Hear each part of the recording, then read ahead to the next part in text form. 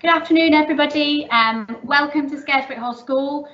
This is the third of our Great Hall lectures online. A big welcome to everybody today.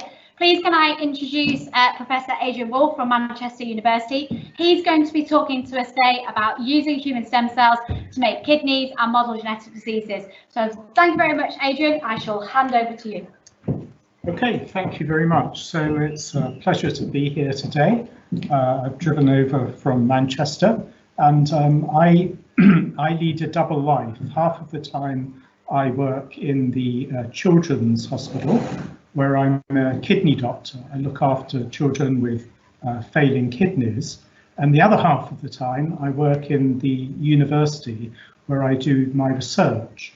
And today I'm going to, what I'll talk about today is a mixture of some clinical aspects about kidney disease, and then most of the talk I'll tell you about our research, how we're trying to grow mini human kidneys in the laboratory, and also how we're trying to use stem cell technology to model kidney diseases so that we can understand the diseases better and maybe in future design better treatments for kidney disease.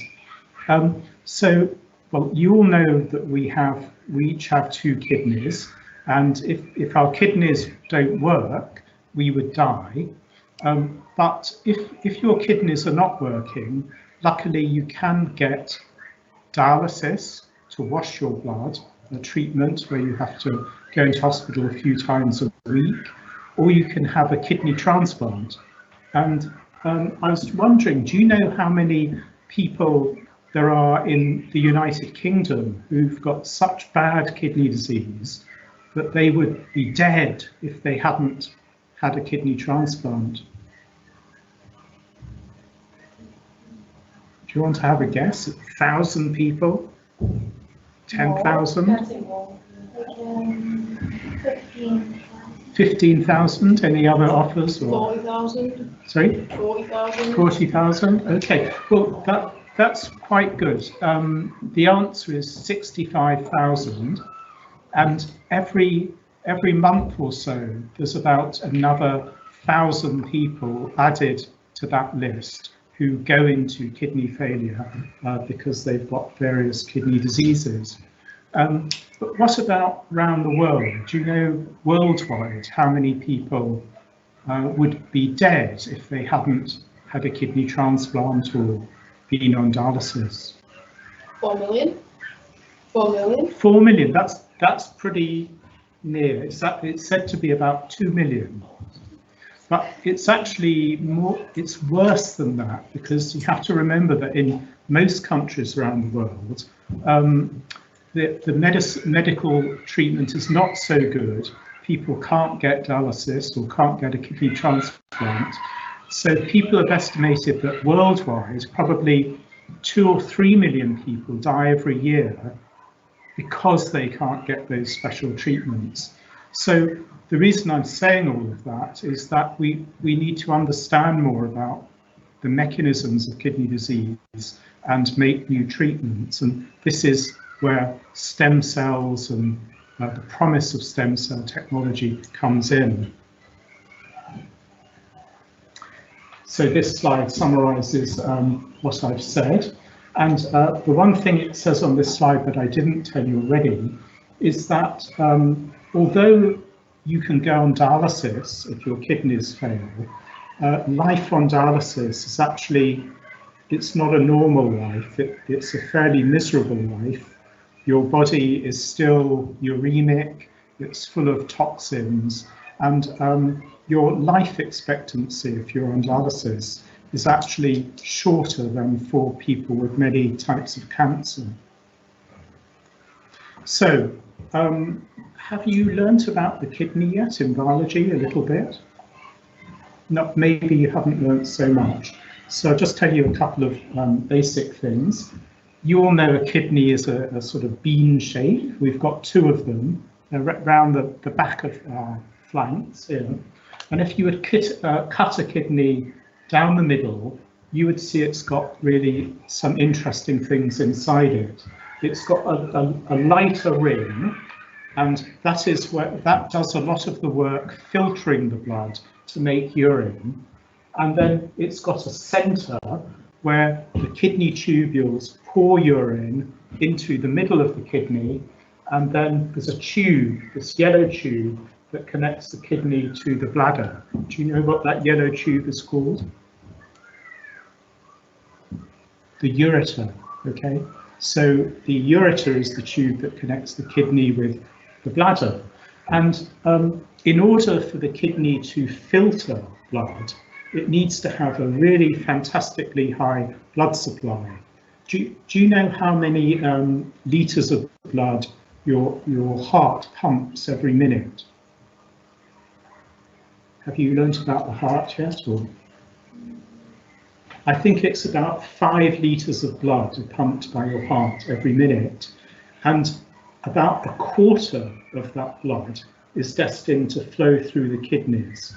And you need that fantastically high blood supply through the kidneys so it can filter the blood to make the urine. And these are the little structures inside the kidney that filter the blood, and it's called the glomerulus.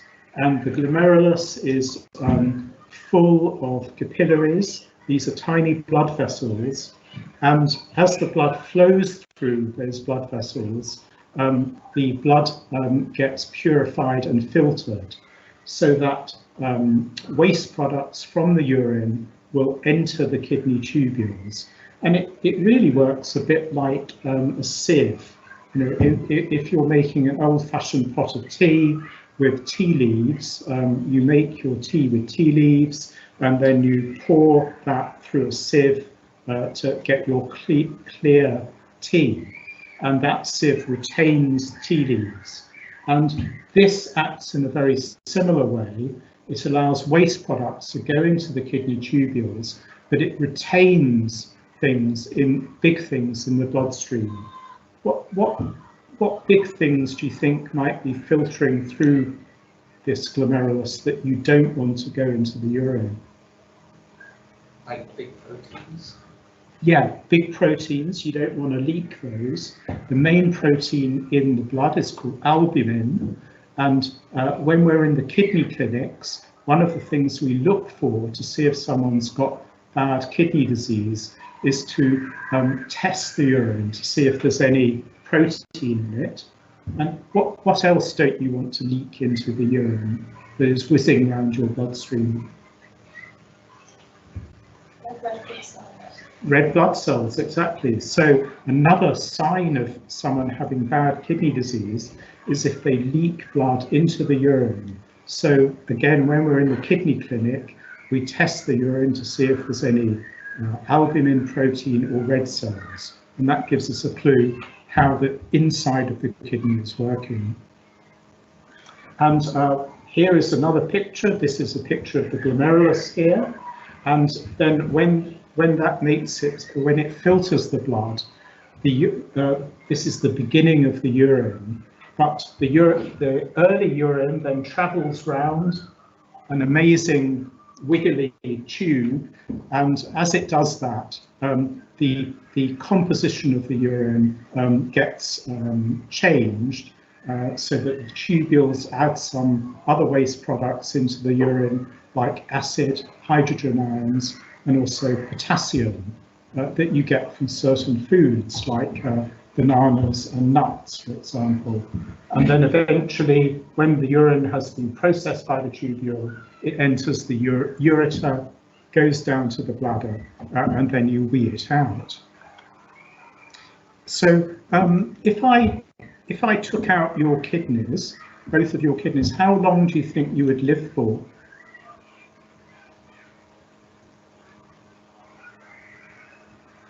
An hour, a day, a month? Yeah, probably about a week or so. And what would be happening in your body if your kidneys were not working? Toxins like urea. Yeah, urea and other toxins would build up, and that would make you start to feel sick, and it would make you start to feel sleepy as well. But actually that probably wouldn't kill you. what would happen if you didn't have any kidneys and you continue to drink water and eat food and so on? Yeah, and what effect might that have in your body, do you think? The clue is what's going on here. What's happening to this boy in the clinic? What's being measured? His blood pressure is being measured with this cuff around his arm. And if you don't have any kidneys working and you continue to drink, your blood pressure goes up very high because you keep taking in sodium and water and it's got nowhere to come out. So it builds up in your bloodstream, your blood pressure goes up, but also the other thing that happens is that when you have so much overload of sodium and water, it leaves the bloodstream and goes into your soft tissues, and then your face becomes very swollen and your legs become very swollen. But actually that isn't the water problem and the blood pressure problem and the urea problem probably isn't what will kill you. Do you know what would probably kill you if your kidneys don't work? It's to do with a mineral in the blood. It's not sodium, it's another mineral. Do you know any other minerals? Potassium. And if your kidneys don't work, the level of potassium goes up in your blood. You don't actually notice that. It doesn't hurt you, you don't feel it. But what do you think might happen if the level of potassium is very high? Obviously, would that affect like different charges in the body? Yes, it's to do with the charge across cell membranes. And actually, the problem is that your heartbeat stops beating when your potassium is very high. And that is what kills you usually when your kidneys are not working eventually. And we can tell that when a patient comes into the hospital. We put an electrocardiogram on their chest, and these very pointy waves here, they're called peak T waves, show that that patient has got really high level of potassium. So if you see that, they have to get treated very quickly, and we use dialysis to treat them. And this is a girl in a London hospital I used to work in, Great Ormond Street Hospital. She's having dialysis, and you've seen her arm is connected to this dialysis machine. It takes blood out of her arm, it purifies the blood, a bit like the kidney does, and then it puts the purified blood back into her circulation. She has to come into hospital a few hours, a few times a week. It's not a great lifestyle, but it keeps you alive until you have a kidney transplant. Do any of you know anyone who's had such bad kidney disease they've had to have a transplant? Or My dad. One, yeah, yes. So although it's quite common, it's not as common, say, as having a heart attack or a stroke. But usually, if you think enough, you know that a friend of a friend or maybe a relative has had this. Right, so into the research part of the talk, that's the clinical side. But what can we do to learn about how to grow new kidneys, for example? Because one problem with the kidney transplantation program is that there are not enough transplant kidneys to go around. So one idea that seems really futuristic is that you could actually grow a new kidney and then give that to someone with kidney failure. And this is where the stem cells come in. Now, I'm told that you learn about stem cells in your GCSE, is that right? Does what's a stem cell? Do you know? Non-specialised cell. Sorry? A cell which isn't specialised. And do you know, yes, so it's very undifferentiated, but what else is special about a stem cell? two things really. One of them is that it can keep replicating itself forever and ever and ever. It will just make more copies of itself. So in a way it's immortal. But at the same time, it's got the option to make what we call differentiated cells. And there's a special kind of stem cell called a pluripotent stem cell that has the capacity to make any kind of organ in our body. So where can we get pluripotent stem cells from? Do you know? You have to shout on the Embryos. Embryos, yeah. So the very early human embryo, just as it's starting to form, the early embryo, is full of these pluripotent stem cells. And when scientists began to study human pluripotent stem cells, they took them from human embryos. Do you know where they got those human embryos from? Infertility clinics. Yes, fertility clinics, because there was some couples have difficulty getting pregnant, and in those couples they need to undergo this therapy called in vitro fertilization. Eggs are taken from the woman and they're fertilized by sperm from her partner, and then they're put back into the woman's womb. But when that's done, you don't want to put back many eggs, because it would be, you don't really want there to be more than 1 or 2 or 3 at the most embryos growing inside a woman. So you have a lot of spare fertilized human embryos, and the early stem cell researchers took their stem cells from those embryos that would otherwise have been discarded, of course with the consent of the mother. But now there is actually a cooler way to make pluripotent stem cells from people. Do you know how that's done? Bone marrow?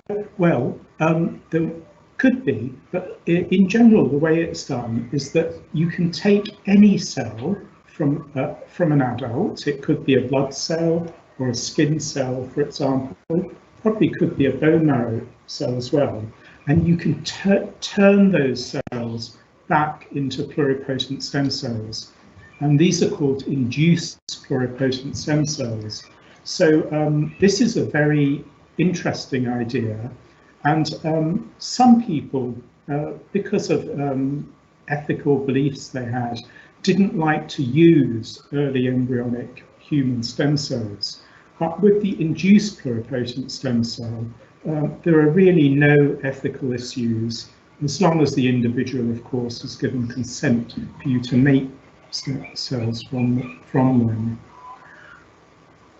So let me tell you now how we're trying to use pluripotent stem cells to make mini kidneys in the laboratory. I have to show you a tiny bit about how the embryonic kidney forms. Do you know in a human embryo when you can first find a kidney? I mean, you know that a human embryo takes 40 weeks, doesn't it, to gestate from the time the egg is fertilized to when the baby is born. Do you know when in that 40 weeks you'd first see a kidney? Well, there's no reason you should know. It's about 5 or 6 weeks, quite early on. And then the kidney would be probably less than 1 millimeter across. And if you had a microscope, it would look like this. It's a simple little tube surrounded by some boring looking cells. And then over the next few weeks in human gestation, those two populations of cells, they talk to each other and they tell each other to differentiate. Are you familiar with this term, differentiate? It just means to grow up and mature. And this little tube in the middle forms this recurrent branching structure. These are the collecting ducts in the middle of the kidney that collect urine and drain it into the ureter. And the tissue around this tube in the middle does something really interesting. It turns from these really boring looking cells into kidney tubules and glomeruli. So over the last couple of decades, scientists have worked out what molecules drive those processes of differentiation.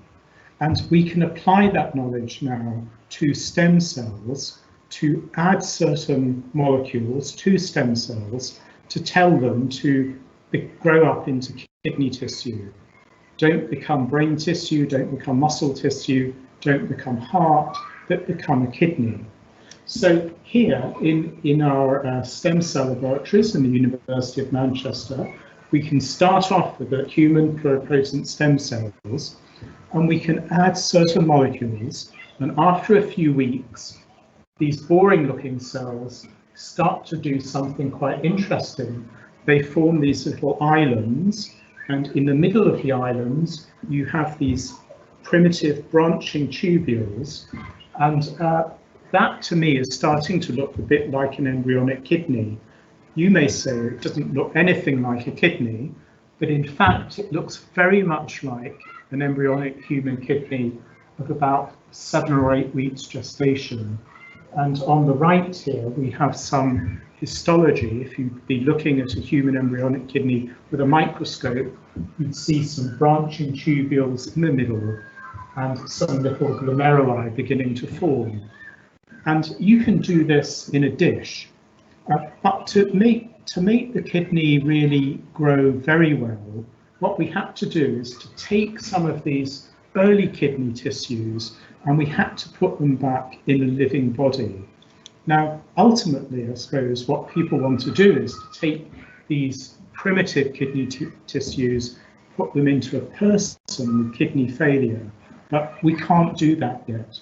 So what we did is take these primitive kidney tissues made from pluripotent cells, and we implanted them under the skin on the back of a mouse to see if those primitive kidney tissues would form a bigger kidney. And this is what we did. We took some of these kidney tubules from our dish, we implanted them just under the skin of this mouse. And we tend not to like doing mouse experiments, but sometimes we need to use mice for certain experiments. This is not a painful procedure for the mouse. We put the cells under the skin and then we wait a couple of months. And in these mice then we can see a little bump under the skin, and we then look to see what was in these bumps. And basically we are growing now a whole mini kidney that is up to about 1 centimetre across. And when you look inside with a microscope in these mini kidneys, you start to see a lot of structures that are similar to a mature kidney. You see these kind of round structures here. These are the glomeruli that would filter blood.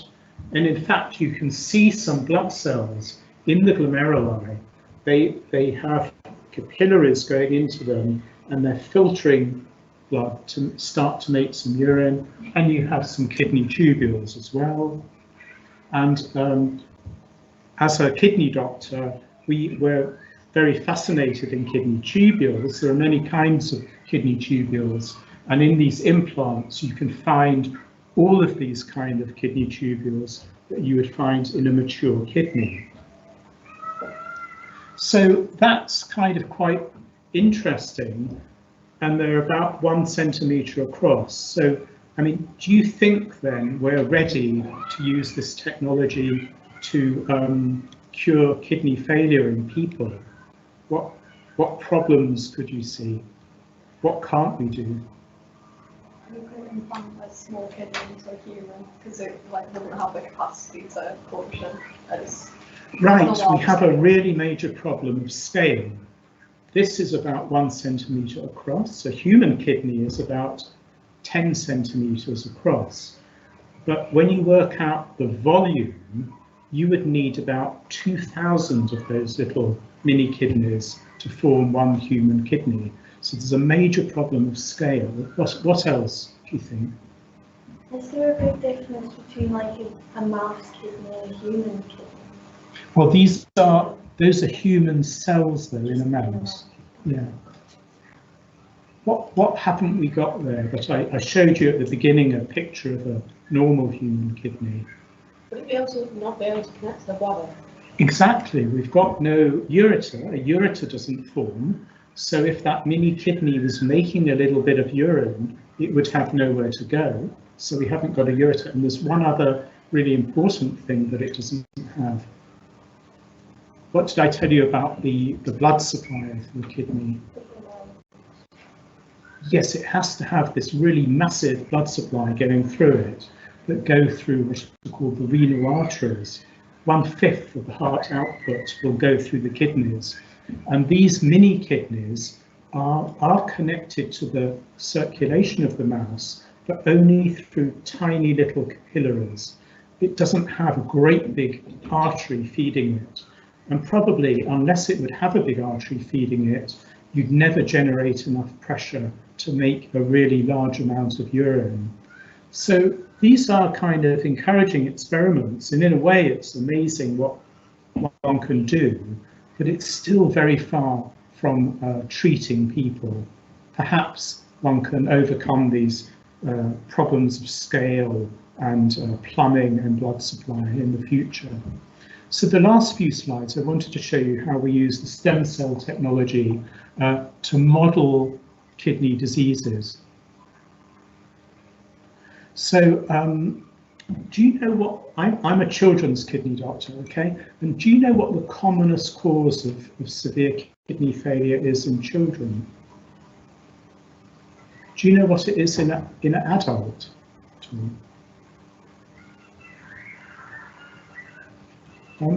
Have you heard of the disease called diabetes, sugar diabetes, where your pancreas doesn't work and the levels of glucose are too high in your blood? And a side effect of that, if you have that for many, many years, is that it damages your kidney and you get kidney failure. And that is actually the commonest cause of getting severe kidney failure if you're an adult. But we hardly ever see that in children. What do you think might be the main problem in children? It's something to do with the way the kidney forms before birth. And in children with kidney failure, the usual cause is that the kidney hasn't grown properly before birth, or maybe it's not there at all. And these are what we call kidney malformations. And my research is particularly interested in that. So here on the left is a cross-section of a normal kidney. You've got your cortex with loads of glomeruli and your medulla and the ureter. And on the right-hand side here, you have a typical kidney malformation. The kidney has begun to form, but the shape is very abnormal, and it's often full of fluid-filled cysts instead of having normal glomeruli. And although these malformed kidneys, you can see them, but they don't really produce very much urine at all. And this is the commonest thing we see in kids with renal failure. Do you think, by the way, do you think you need your kidney in an unborn baby for that unborn baby to survive? No. Why not? Yes, you don't need it. You don't need any kidneys to survive before birth, but why is that? Because the mother controls the blood supply. Yes, and where would the mother can get rid of all the waste products of the unborn baby, and how would the waste products get from the fetus into the mum?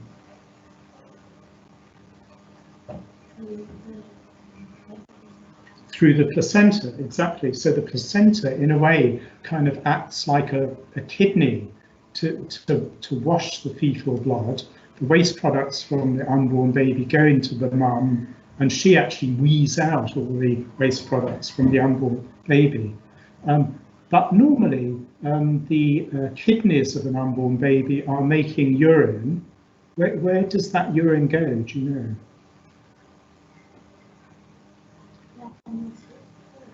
Yes, the amniotic fluid, the fluid in which the unborn baby is swimming in, and this cushions the baby as it's in the womb, all of the amniotic fluid in the second half of pregnancy is urine made by the fetus.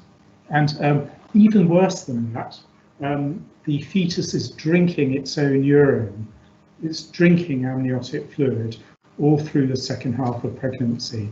So this is quite a mind-boggling thought that we've all been swimming in our own urine and drinking it before we're born.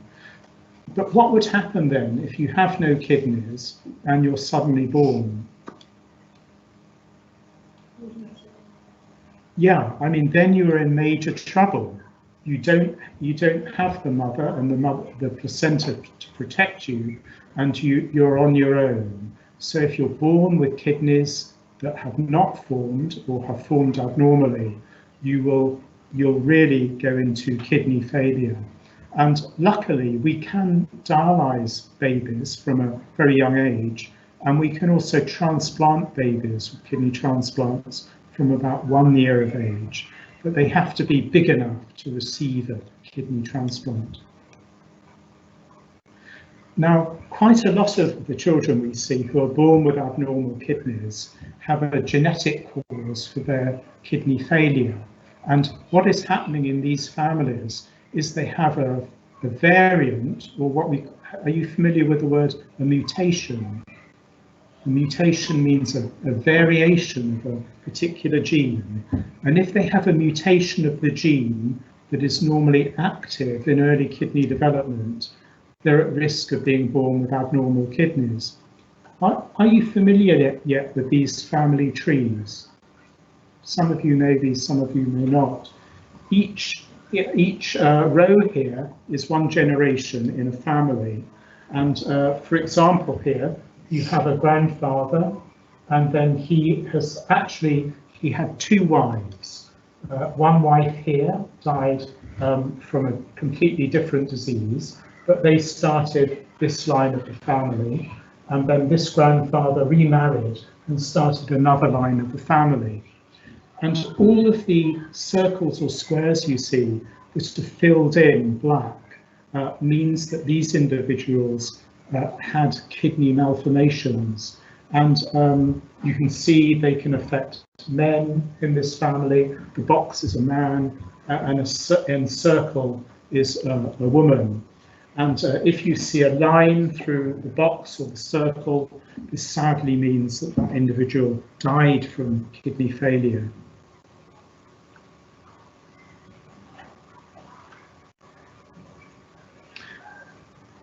Sorry.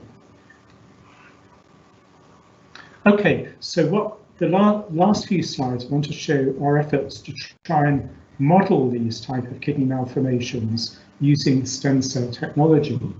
So I told you earlier on that there is this really cool technology now. You can induce pluripotent stem cells. So we can go to, in theory, any children we see with genetic kidney disease, and we could take a small blood sample from that child and make pluripotent stem cells. And then the idea would be to see if we can drive those mutant pluripotent stem cells towards a kidney.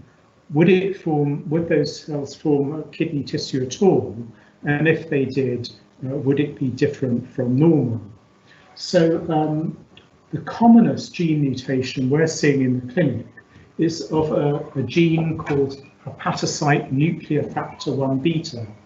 And it's a bit confusing because it's an important kidney gene, but it's got the word hepatocyte in it. Do you know what hepatocyte means? It means liver, but it just so happens that this gene was originally discovered to be active in liver cells, but in real life, the disease you get when this gene goes wrong is a kidney disease.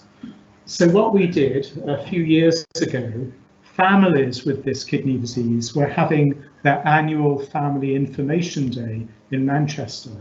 And we went to see them and we said, how would you feel if we took blood samples from you and grew mini kidneys in the laboratory in order to try and understand your disease? I don't know, what would you feel if I had said that to you?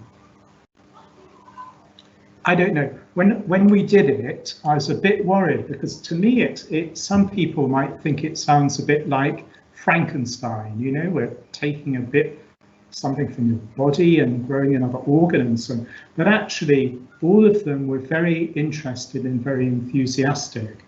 And of course, when you think about it, they would be, because they've been badly affected by this disease, and they have people in their family on dialysis and with kidney failure. So the first patient we saw was this man here. I'm terrible, I'm a clinician, I'm pointing at an X-ray and I'm calling it a patient. But actually, this is an X-ray from the first patient who donated blood cells to our stem cell research. And in this X-ray, you can see he was born with 2 kidneys here that are shaped abnormally and full of fluid-filled cysts instead of normal glomeruli. So I took a blood sample from him. I rushed to the other side of the university to our stem cell laboratory, and in the stem cell laboratory they take the white cells out of the blood sample and they turn those into pluripotent stem cells, which are shown on the bottom right here.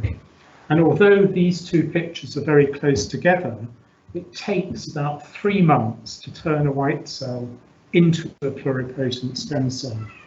And so here we have pluripotent stem cells from a patient with a mutation of a gene that is important in kidney development. So the question is if we take these mutant pluripotent stem cells and grow them side by side with normal pluripotent stem cells, will there be any differences, and what will the differences be? So in a nutshell, this is what we found. When we did this experiment on the left, these are pluripotent stem cells that we've told to grow into kidney tubules and glomeruli in a dish. And you can see these have formed many hundreds of little tubules and glomeruli.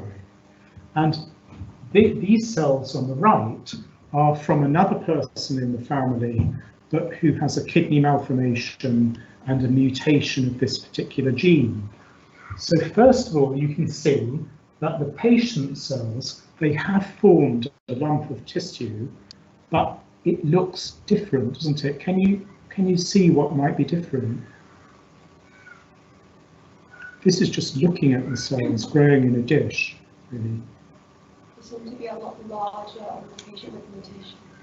Right, these kind of tubule structures are bigger than normal, and what else? They're bigger, and one other thing. Well, not the left is dark. Okay, well, yes, it's dark because there are many structures in it, and here there are fewer structures, but they're bigger. So when we look down the microscope, we see some more interesting things. If we look down the microscope, on the left here, we've got the normal kidney grown in a dish. And on the right, we've got the kidney grown from the patient that was born with a kidney malformation and who has a mutation of this gene. Now, in the normal kidney tissue, you can see this round structure that you're probably familiar with now, the glomerulus. And you can see some of these thin brown structures. These are normal kidney tubules. But here, in the mutant tissue, even I think now you can see it looks different. How would you describe the mutant tissue? The tubes are a lot bigger. So Yeah, these tubules with a T in them, they're bigger than normal. And also a more subtle point, but an important point, is a normal kidney tubule. The wall of the tubule should only be 1 cell thick. And in these mutant tubules, there are 2 or 3 layers of cells in the wall of the tubule. So they're kind of growing more. There are fewer of them, they're growing more. And what's the other difference between the mutant tissue and the normal tissue? What about the glomeruli? What about these things? There isn't any in the mutant. Exactly. You can't see any in the mutant. So in the normal tissue, in the normal mini kidney we've grown in a dish, there are glomeruli, the filtering glomeruli, and there are tubules. But in the mutant tissue, you can see abnormal shaped tubules, but you can't see any glomeruli. And actually, this is probably very similar to looking inside the kidneys of this patient. So what we're doing now, this is really coming to the end of my talk, but now that we can, in a way, recreate these abnormally shaped kidneys in a dish, we're trying to look at the differences in the molecules that are active in the normal kidney and the mutant kidney. And the really exciting thing is that if we could understand that more, maybe we can design drugs or new therapies that drive these abnormal kidney tubules into a more normal kidney pathway. We're somewhere away from that, but that's the longer term aim that we're aiming for. So I'm going to finish here, and research, this kind of research nowadays is not done by one person or two people, it's done by many tens of people. So I've got to thank all the people I work with in Manchester and all the people I work with around the country and the patients as well. And as well as seeing patients and doing research, the other part of my time is spent writing grants to try and generate money to do the work. And the work that I've shown you today was funded by the Medical Research Council, Kidney Research UK, and also the European Union gives us some money to do the work. And I'll finish there. Thanks. Thank you very much indeed, Professor Woolf. That was very, very interesting talk. I'm just going to throw it open just for a few minutes, just if we have any questions for Professor Woolf following that incredible talk. Very, very useful, I think, both for GCSE and A-level students, because it does come up in both, maybe not quite depth, but I think that you'll be able to use some of what you've heard in that talk. So is there anybody that has any questions? Rebecca. So obviously you've just touched on like the grants and everything, like getting the money to do the research. Yeah. How would it compare in terms of like if you actually got around to being able to grow a kidney in a lab that could be used in a human compared to dialysis? How would that like compare kind of cost wise? Like would it be beneficial? Well, this is so the question is what is the financial cost of doing all this research, and how much would it cost to grow a kidney in a lab compared with a conventional transplant? So at the moment, a conventional transplant costs about £70,000 to do and to look after the person in the first year. But the stem cell work we do is probably even more expensive than that, because all the media and molecules you need to give to encourage these cells to become the mini kidneys are very, very expensive. So at the moment, the research is massively more expensive, but hopefully, if that could come down, it might be done cheaply. Thank you, Rebecca. Good question. Okay, Lucy, did you have a question? I was going to say, if you were able to grow a healthy kidney from one of the patients who was ill, like, would that reduce the chance of rejection of the kidney once it's been? Yes, so this is a really good question. So it's the question really is, if you could grow a mini kidney from a kidney patient and then use that to implant into that patient, would that tissue be rejected? And the answer is no, it wouldn't. So it would be most useful. And one problem about having a kidney transplant at the moment is you need to take tablets every day to prevent your kidney being rejected, and those tablets have some side effects. Yeah, so that's an attractive thing. Do we have any other questions? Amelia? Linking in with the fertility part, with the knowledge that you now have of growing mini kidneys, would there be any future hopes to grow things like female reproductive system organs so that transgender women or women that are infertile might be able to conceive and have a normal pregnancy? Yeah, well, you know, I only really know about kidneys, but there are groups in the UK and around the world who are probably trying to grow just about any type of organ that you can think of. And they're quite far advanced in terms of growing neurons. They can't grow a whole brain yet, but they're trying to do that. And almost any organ you can think of, yes. So the stem cell technology has got great potential. Anybody else got any questions? Any question, even if you think it's silly, it's probably a really good question. What are the ethical implications of using human embryo cells, and does that make your research? Can you just shout that? What are the ethical implications of using human embryo cells, and does it make your research?